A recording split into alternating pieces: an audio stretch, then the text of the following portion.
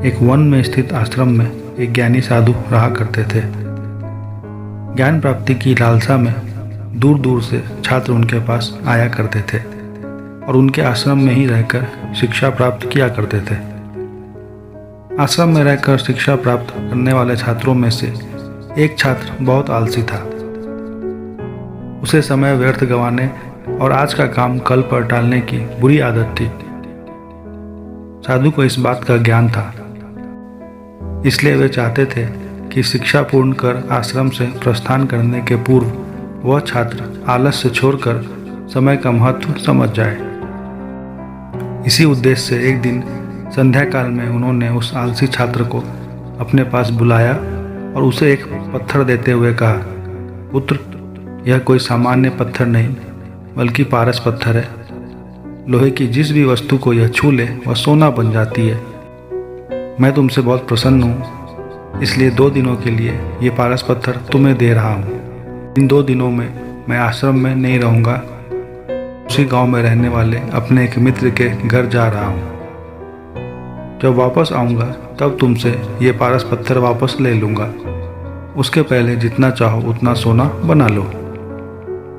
छात्र को पारस पत्थर देकर साधु अपने मित्र के गांव चले गए।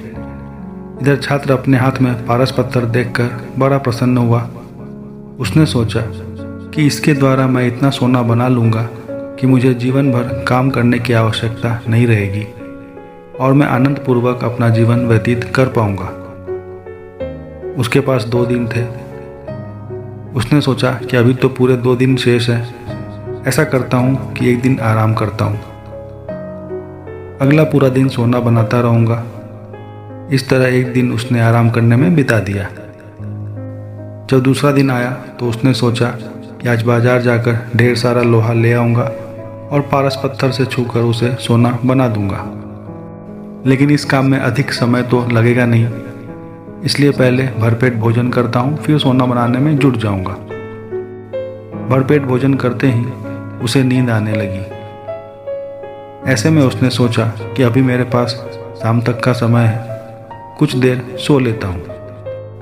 जागने के बाद सोना बनाने का काम कर लूँगा। फिर क्या, वह गहरी नींद में सो गया। जब उसकी नींद खुली तो सूर्य अस्त हो चुका था और 2 दिन का समय पूरा हो चुका था। साधु आश्रम लौट आए थे और उसके सामने खड़े थे। साधु ने कहा, पुत्र, सूर्यास्त के साथ ही 2 दिन पूरे हो चुके हैं। अब तो मुझे वह पारस पत्थर वापस कर दो। छात्र क्या करता? आलस के कारण उसने अमूल्य समय व्यर्थ गंवा दिया था और साथ ही धन कमाने का एक सुअवसर भी। उसे अपनी गलती का एहसास हो चुका था और समय का महत्व भी समझ आ गया। वह पछताने लगा और उसी क्षण निश्चित किया कि अब वह कभी आलस नहीं करेगा। दोस्तों, इस कहानी से हम यह सीख सकते हैं, अगर आप जीवन में उन्नति करना चाहते हैं तो आज का काम कल पर टालने की आदत छोड़ दीजिए। समय अमूल्य है, इसे व्यर्थ मत गंवाइए, क्योंकि एक बार हाथ से निकल जाने पर समय कभी दोबारा वापस नहीं आएगा। समय निकल जाने के बाद सिर्फ पछतावा ही शेष रह जाता है। धन्यवाद।